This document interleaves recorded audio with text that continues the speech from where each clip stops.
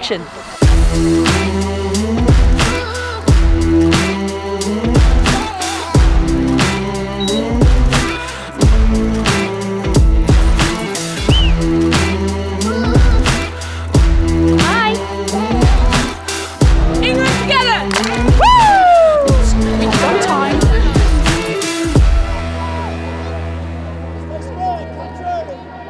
Spent the week at Rams Rugby Club in Reading and housed here at the Hilton in Reading. It's been great, really enjoyed it. Obviously really pleased with the result in France, but plenty to work on. Mixed and matched the side a little bit. Players coming in, players going back out, but we've got another good combination of experience and youth. We're testing the squad depth to its absolute limits at the moment, but the beauty of the squad is that the quality goes really deep these days. Liam, am I being daft? And appreciate the pressure of you filming me, but I can't find it. Oh. Hi.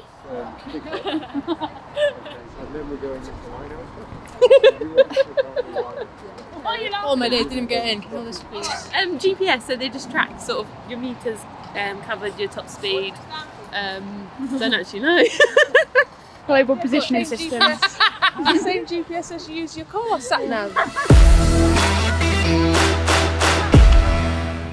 World Rugby done a load of data on female coaches in high performance roles and recognised in 2017 that there was minimal female coaches within head coaching roles, so there was a need to try and help develop that, and through that they developed this internship scheme which has allowed female coaches an opportunity to be placed in a high performance environment.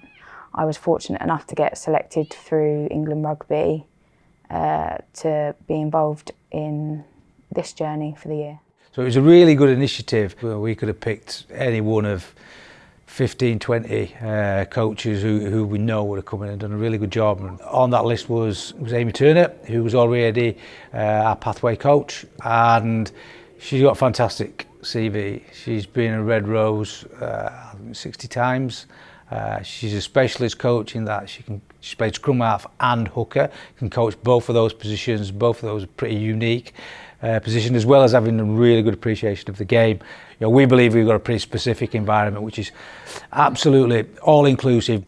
It's high performance but with a smile, and Amy brings that. She can be intense on the field. When she's coaching, she demands very high standards, but she's a good laugh off the field, and she buys into the stuff we do, and she's fitted in seamlessly, and it's been great and really added to our coaching team and our staff group. So we're absolutely thrilled to have her with us. There's an awful lot of female coaches within the domestic league that are inspiring the new generation of players coming through, and I think given the fact that they're not here and I am, makes me very grateful for the opportunity, but also means that I have to make the most of it so that I can continue like they are, driving the standard of female coaching within England. So I first met Amy T when I came into the England squad, so back in 2008. I just remember her as being one of the most skillful rugby players that I've ever come across, played with, played against. You know, those little flick skills that you do with your feet out the back door, all that sort of stuff. She's just an incredibly talented rugby player. She's obviously got a huge wealth of knowledge from the game, from when she played, but also through the coaching work that she's been doing recently as well. Yeah, it's been great to have her as part of the setup, and looking forward to what she can add going forward. I want to be classed as a credible coach, not a credible female coach. I just want to be a credible coach, and I don't want that to be always thought of in the women's game, in the men's game, different sports. This for me is a step up from playing. I get just the amount of buzz, satisfaction. Is it better than playing the game? Yeah, the body thinks it's better than playing a game, for sure. Oh, sorry, didn't realise the camera was on. Welcome to Ellie's camp. Good morning, it's day 2 in camp, and I'd be lying if I wasn't tired. And I'd also be lying if I didn't stay up a little bit later than I should have done buying trainers. You go to France and we do what we did to the French over there, they're going to come back with something. Okay, we experienced it last year where they turned it around, they came back right? They're not going to roll over. Okay, so Miz's message about we've got to go again, right? It's absolutely fundamental. Okay, and it starts again, and we've got to rebuild it, and then we go and we just exert pressure. Keep reading the picture. So have a plan, right? Planning is essential. Have something because it gives you purpose. But then, if we beat them, the ball's faster than they managed to recover. Don't just go through with your play. And I think that's got to come as much from the outside as whoever's on the ball. It's like, actually, hands, hands, hands. We got this. And if they give us edges, let's take them on. Test them with what we know works and what we've just hurt them with. If they've got an answer, we've got another tool. Keep turning that dial. Don't back off on them. Right? If they want to play, they play with us up in their face. We keep dialing that up, they'll give us points. They'll give us field position or they'll give us points. Okay, happy with that?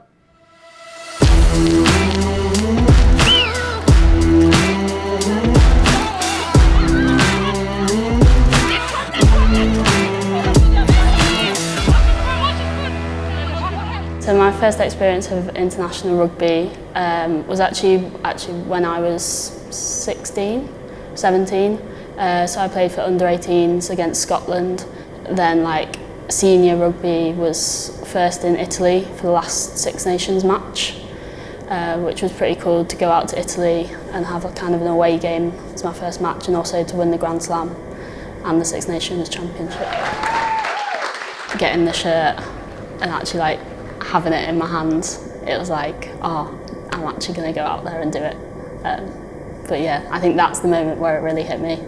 MORWENNA talent is just quite exceptional, really. I dropped on her at the start of last season. The first game of the season I was at Loughborough, and I was there with former forwards coach Richard Blaze, and after about 15 minutes of the game, watching this young girl absolutely tearing it up, we were like, who's that? And we got a voice from behind us, oh, her name's MORWENNA Tallinn. And looked around, there's this big guy there, and I was like, right, okay, you must be her dad. And he was like, yeah, I am. And he was obviously a very proud parent. And he fills us in with a few details about her, and I said to Blaze at the time, I said, mate, we need to keep a real close eye on her. She's something different. And we did. And she just got stronger and stronger all season. We brought her into camp last year. We couldn't get her involved as much as we wanted because she was only 17 years old. You know, she's 18 now, but she's only a young 18. She was 18 in August. But as soon as we felt it was appropriate to get her on the field in an England shirt, that's what we did, because we've seen how quickly players can come through. She's got a most amazing skill set. She's incredibly strong. She's just got an unbelievable work ethic. So she probably carries and tackles more than any other player in the game. These are the international games we've played in. So I think she was brought up as a 10. So she's got really subtle hands. She's got good appreciation of space. She can play players into space. So she can carry, players can play off her. Yeah, she's going to be a pretty exceptional talent for England, I think. She's going to be around for a long, long time. And I think the sky's the limit for her. She's such a good talent and such a great frame as well. So she's really young training age on her, but all dead on young shoulders, and yeah, definitely one to watch going forward. I haven't got like a set person that I look up to so much. I think it's just like me trying to do my best, and also just like my family, like my parents, just like trying to do them proud, and that's kind of what keeps me going.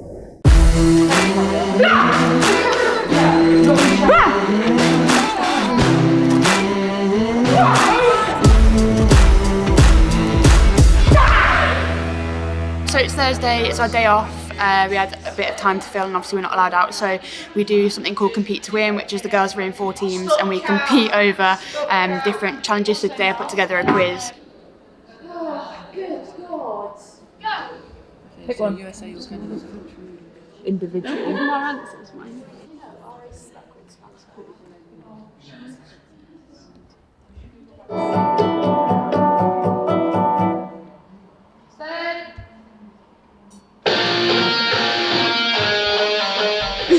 How did the quiz go? We did better better than we thought it would, and we did better than one team, so we didn't come last, and that's all you can hope for in life sometimes.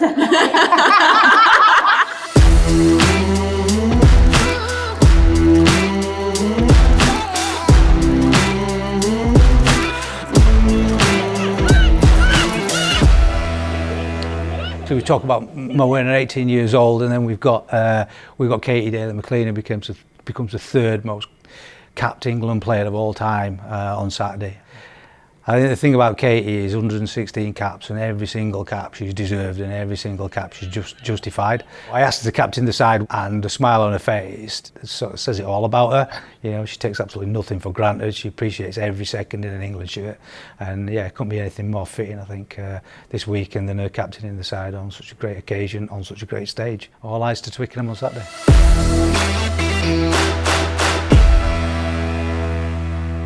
Things will work out with the ball, things won't work out with the ball. The one controllable today will be how much energy we can put into the game. Right? So let's go and put every single thing we've got into it, and we'll walk off the field, job done, whatever that looks like. And we've been absolutely fantastic over these last 3 weeks. I cannot speak highly enough of how you've applied yourselves. Okay, one more game. Yeah? Come on, let's go back! Let's go back! Good work! We have got to set the standard, the physical standard, the physical intent of the game. Drive it on, get out there, set the tempo, set the intensity, yeah? Come on, let's finish off! Riley, or loose pass, but oh, here's an opportunity! It's going on at the moment, it's through the hands of Zoe Harrison who touches down. It came from virtually nothing. Sansu switches the direction, they've got numbers out on the far side. Is it going to be Gros who goes over? And France, they've battled back into this. Energy now, England, let's go, next job! Get good. Izar. She's still going, Izar. She's got support with her. And here they come with Barnet. Barnet was a scoring like anything in the Six Nations. She's going to go 3/4 the length of the field. Barnet gets there under pressure at the end. But France are flying at Twickenham as Barnet tots down. And at half-time, it's England 5, France 15. Oh, that is a tough throw there from Davis, and she has executed that with aplomb. And that looks good from England. They're over the line, and that is the try. France are close now. Comes to Ndiaye, and it's going to be a second try for Barnet. Big moment then for England if they're going to get a sniff at a victory here. Here's the big push. There's Ferreira on the floor. She looks like she's a bit stuck there. Cockayne has it up the jumper. She's still going. Amy Cockayne has the ball. Has she touched down? She gets the try. Great work, Amy Cockayne, let's go! Nice one, Amy! Off. Hunt decides to keep out on that far side there. Kildunn. And straight into the arms of Ferrer, but still going. This is nice from Kildunn, breaks through from absolutely nothing. And the Wasp player touches down to make this a very exciting contest. There's a French player who's stuck in there at the moment. It's so sharp. The penalty is there for England. Number 2. You fail that side of the tackle and you need to get out. You're trapping the ball. Emily Scarratt to take the glory for England.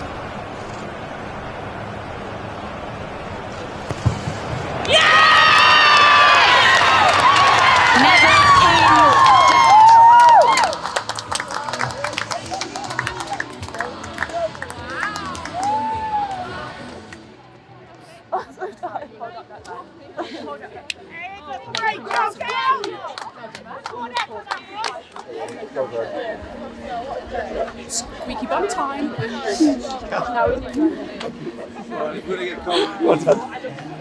One thing you cannot coach is character. Okay, he's just showed it absolute spade loads. You know, wow, that game could have finished real ugly for us. We dug in, okay, showed unbelievable composure, great character at the end. Well, yeah, kept winning. Scotty just said sometimes it's better to win ugly. I thought in the end actually we won with some style there, some real style. Okay, absolutely fantastic. Particularly the girls who've just come back in, who've been out of the play for a bit. Keith, Elle, absolutely superb. Everybody, what a great effort. What a great group. 1, 2, 3. Yeah, look, it was obviously a relative sitter in kicking terms, but it doesn't mean it's any less hard. But yeah, just keep your head down and kick it. Thanks for tuning in, everyone. We love it. And that's a wrap.